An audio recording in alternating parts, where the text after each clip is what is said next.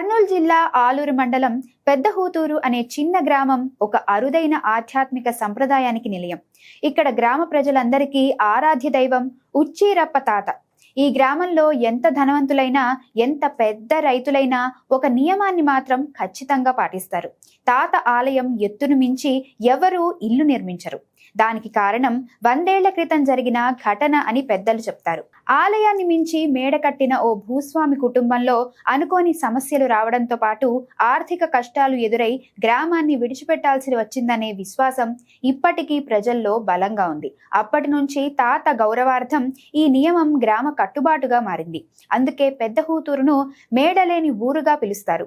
ఉచ్చీరప్ప తాతను తమ ఆరాధ్య దైవంగా నమ్మే గ్రామస్తులు ఆయన పేరును తమ పేర్లుగా పెట్టుకుంటారు. పెద్ద ఉచ్చీరప్ప, చిన్న ఉచ్చీరమ్మ వంటి పేర్లు ఎక్కువగా ఈ గ్రామంలో కనిపిస్తాయి. ప్రతి సంవత్సరం ఫిబ్రవరిలో జరిగే వారాంత ఉత్సవాలకు ఆంధ్రప్రదేశ్, కర్ణాటక రాష్ట్రాల నుంచి భక్తులు తరలివస్తారు. సెప్టెంబర్లో పూల అలంకరణ మహోత్సవం, పంచాక్షరి జపంతో జరిగే ప్రత్యేక పూజలు గ్రామాన్ని ఆధ్యాత్మిక క్షేత్రంగా మార్చేస్తాయి.